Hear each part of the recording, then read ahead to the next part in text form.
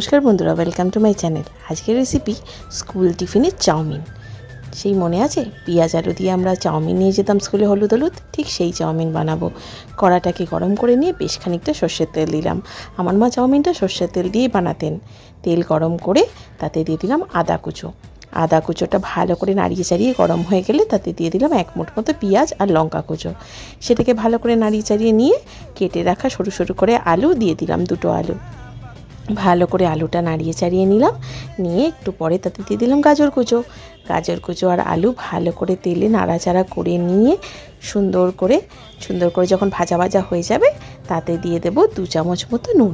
আমি চাউমিনটা 1 চামচ নুন আর একটু সাদা তেল দিয়ে সেদ্ধ করেছি, সেই নুনটা বুঝে দিচ্ছি সেই জন্য। আর একটু দিয়ে দিলাম হলুদ আর দিয়ে দিলাম গোলমরিচের গুঁড়ো। আমি আবার একটু ঝাল ঝাল চাউমিন খুব পছন্দ করতাম। ভালো করে সেটা নাড়িয়ে চাড়িয়ে পেঁয়াজ আর লঙ্কা কুচো করে রেখেছিলাম সেটাও ঢেলে দিলাম। সুন্দর করে আলু পেঁয়াজ গাজরগুলোকে সেদ্ধ হওয়া অবধি ভেজে নিয়ে একটা টমেটো দিয়ে দেবো। টমেটোটা দিয়ে সুন্দর করে মাখা মাখা করে ভেজে ওপর নিচ করে ভালো করে বেশ খানিকক্ষণ ভাজবো। একটা ভাজা ভাজা গন্ধ বেরোলে তাতে 2টো ডিম ফাটিয়ে দিয়ে দেবো।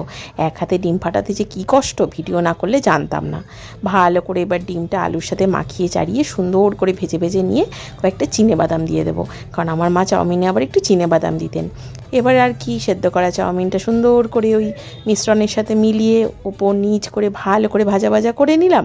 ভাজা করে সুন্দর একটা চাউমিন গন্ধ যখন বেরিয়ে পড়লো, তখন আর কি, আমার স্কুল টিফিনের চাউমিন রেডি।